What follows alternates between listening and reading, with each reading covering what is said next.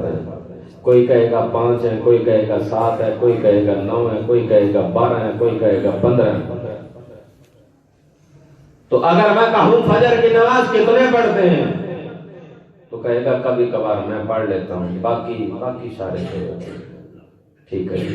اگر میں کہوں کہ صبح اٹھ کر گھر میں قرآن کون پڑھتا ہے، کیا ماں پڑھتی ہے؟ آواز آئی نہیں. بیٹیاں پڑھتی ہیں؟ نہیں. باپ پڑھتا ہے؟ نہیں. بیٹے پڑھتے ہیں؟ نہیں. بھائی پڑھتے ہیں؟ نہیں.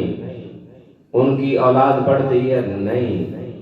قرآن کدھر ہے؟ کہا قرآن غلاف کے اندر لپٹا ہوا ہے، مٹی کے ساتھ اٹا ہوا ہے، اوپر روشن دان میں رکھا ہوا ہے، جہاں سے مٹی بھی آتی ہے، جہاں سے بارش بھی آتی ہے.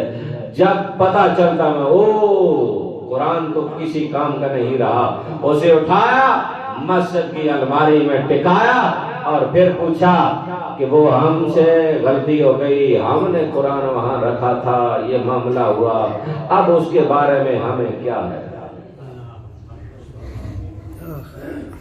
پھر کہتے ہو کہ فرانس والوں نے قرآن کی عزت نہیں کی، ہم نے کلمہ پڑھ کر قرآن کی کون سی عزت کی ہے؟ پڑھ رہا ہوں لا الہ الا اللہ محمد الرسول اللہ، مجھے کوئی آ کر سے جوڑ کر کہتا ہے نہیں اشرف علی اللہ کا ہے، محمد الرسول اللہ چھوڑ دے.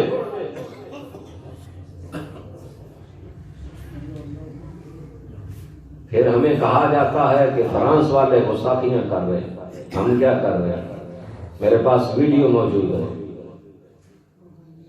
یارو اتنی تو نہ کرو، دشمنی ہم سے کر لو، نبی سے کیا دشمنی ہے؟ پھر بھولے بھالے سنی ہیں انہیں کہا جاتا دیکھو جی 12 ربیع الاول کو تو حضور کا وصال ہوا، تم جشن مناتے ہو، تمہیں تو غم منانا چاہیے. کہتے ہیں کہ نہیں؟ بولو. بالکل سادہ، لمبی گفتگو نہیں، سادہ، بالکل سادہ. کتنے بھولے اور کتنے سیانے ہیں.